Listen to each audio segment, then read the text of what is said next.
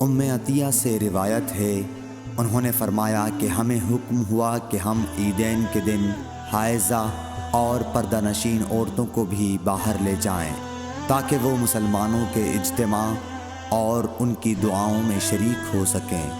البتہ حائضہ عورتوں کو نماز پڑھنے کی جگہ سے دور رکھیں۔ ایک عورت نے کہا، یا رسول اللہ، ہم میں بعض عورتیں ایسی بھی ہوتی ہیں جن کے پاس پردہ کرنے کے لیے چادر نہیں ہوتی۔ آپ نے فرمایا کہ اس کی ساتھی عورت اپنی چادر کا ایک حصہ اسے اوڑھا دے۔ اور عبداللہ بن رجاء نے کہا، ہم سے عمران قطان نے بیان کیا، کہا ہم سے محمد بن سیرین نے، کہا ہم سے عطیہ نے، میں نے حضرت صلی اللہ علیہ وسلم سے سنا اور یہی حدیث بیان کی۔ ہانی بنت ابی طالب کے غلام ابو مرہ یزید نے بیان کیا کہ انہوں نے ہانی بنت ابی طالب سے یہ سنا۔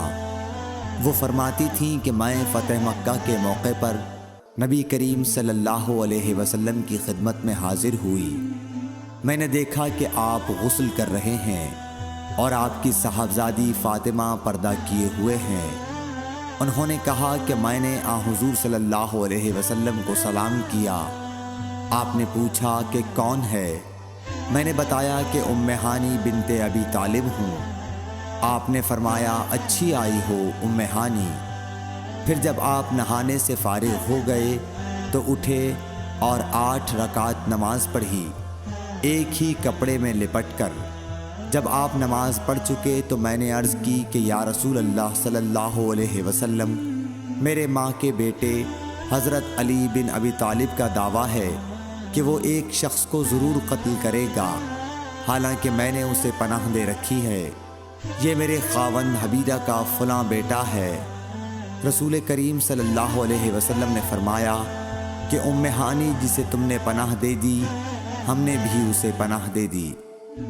ہانی نے کہا کہ یہ نماز چاشت تھی۔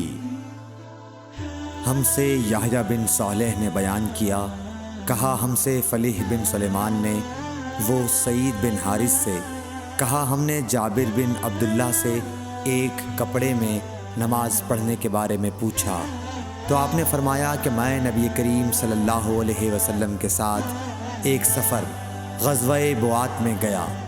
ایک رات میں کسی ضرورت کی وجہ سے آپ کے پاس آیا۔ میں نے دیکھا کہ آپ صلی اللہ علیہ وسلم نماز میں مشغول ہیں۔ اس وقت میرے بدن پر صرف ایک ہی کپڑا تھا، اس لیے میں نے اسے لپیٹ لیا اور آپ کے بازو میں ہو کر میں بھی نماز میں شریک ہو گیا۔ جب آپ نماز سے فارغ ہوئے تو دریافت فرمایا، جابر اس رات کے وقت کیسے آئے؟ میں نے آپ صلی اللہ علیہ وسلم سے اپنی ضرورت کے متعلق کہا۔ جب میں فارغ ہو گیا تو آپ نے پوچھا کہ یہ تم نے کیا لپیٹ رکھا تھا جسے میں نے دیکھا؟ میں نے عرض کی کہ ایک ہی کپڑا تھا، اس طرح نہ لپیٹتا تو کیا کرتا؟ آپ صلی اللہ علیہ وسلم نے فرمایا کہ اگر وہ کشادہ ہو تو اسے اچھی طرح لپیٹ لیا کر، اور اگر تنگ ہو تو اس کو تہبند کے طور پر باندھ لیا کر۔ حضرت ابو ہریرہ رضی اللہ تعالی عنہ نے فرمایا کہ ایک شخص نبی صلی اللہ علیہ وسلم کے سامنے کھڑا ہوا اور اس نے صرف ایک کپڑا پہن کر نماز پڑھنے کے بارے میں سوال کیا۔ آپ صلی اللہ علیہ وسلم نے فرمایا کہ کیا تم سبھی لوگوں کے پاس 2 کپڑے ہو سکتے ہیں؟ پھر یہی مسئلہ حضرت عمر رضی اللہ تعالیٰ عنہ سے ایک شخص نے پوچھا تو انہوں نے کہا، جب اللہ تعالیٰ نے ہمیں فراغت دی ہے تو تم بھی فراغت کے ساتھ رہو۔ آدمی کو چاہیے کہ نماز میں اپنے کپڑے اکٹھا کر لے۔ کوئی آدمی تہبند اور چادر میں نماز پڑھے، کوئی تہبند اور قمیص، کوئی تہبند اور قبا میں، کوئی پاجامہ اور چادر میں، کوئی پاجامہ اور قمیص میں، کوئی پاجامہ اور قبا میں، کوئی جانگھیا اور قبا میں، کوئی جانگھیا اور قمیص میں نماز پڑھے۔ ابو ہریرہ رضی اللہ تعالیٰ عنہ نے کہا کہ مجھے یاد آتا ہے کہ آپ نے یہ بھی کہا کہ کوئی جانگھیا اور چادر میں نماز پڑھے۔ حمید بن عبد الرحمن بن عوف نے خبر دی کہ حضرت ابو ہریرہ رضی اللہ تعالیٰ عنہ نے فرمایا کہ اس حج کے موقع پر مجھے حضرت ابو بکر نے یوم نحر ذی الحج کی 10ویں تاریخ میں اعلان کرنے والوں کے ساتھ بھیجا تاکہ ہم مینا میں اس بات کا اعلان کر دیں کہ اس سال کے بعد کوئی مشرک حج نہیں کر سکتا اور کوئی شخص ننگے ہو کر بیت اللہ کا طواف نہیں کر سکتا۔